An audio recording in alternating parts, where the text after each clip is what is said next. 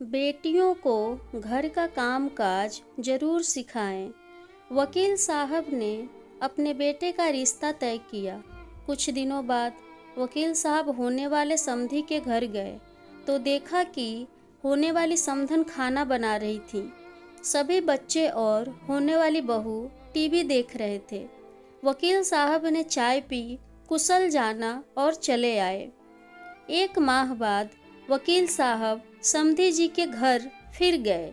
देखा भाभी समधन जी झाड़ू लगा रही थी, बच्चे पढ़ रहे थे और होने वाली बहू सो रही थी। वकील साहब ने खाना खाया और चले आए। कुछ दिन बाद वकील साहब किसी काम से फिर होने वाली समधी जी के घर गए। घर में जाकर देखा होने वाली समधन बर्तन साफ कर रही थी, बच्चे टीवी देख रहे थे और होने वाली बहू खुद के हाथों में नेल पेंट लगा रही थी। वकील साहब ने घर आकर गहन सोच विचार कर लड़की वालों के यहाँ खबर पहुंचाई कि हमें ये रिश्ता मंजूर नहीं है। कारण पूछने पर वकील साहब ने कहा कि मैं वो होने वाली समधी के घर 3 बार गया। तीनों बार सिर्फ समधन जी ही घर के काम काज में व्यस्त दिखी।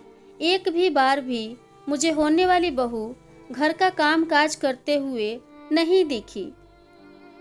जो बेटी अपनी सगी माँ को हर समय काम में व्यस्त पाकर भी उनकी मदद करने का न सोचे, उम्र दराज माँ से कम उम्र की जवान होकर भी स्वयं की माँ का हाथ बटाने का जज्बा न रखे, वो किसी और की माँ का और किसी अपरिचित परिवार के बारे में क्या सोचेगी।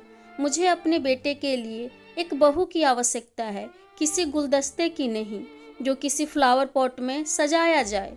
इसलिए सभी माता पिता को चाहिए कि वे इन छोटी छोटी बातों पर अवश्य ध्यान दें।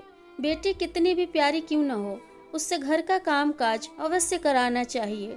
समय समय पर डांटना भी चाहिए, जिसे ससुराल में ज़्यादा काम पड़ने या डांट पड़ने पर उसके द्वारा गलत करने की कोशिश ना की जाए। हमारे घर बेटी पैदा होती है, हमारी जिम्मेदारी बेटी से बहू बनाने की है। अगर हमने अपनी जिम्मेदारी ठीक तरह से नहीं निभाई, बेटी में बहू के संस्कार नहीं डाले, तो इसकी सज़ा बेटी को तो मिलती है और माँ बाप को भी मिलती है। जिंदगी भर गालियाँ।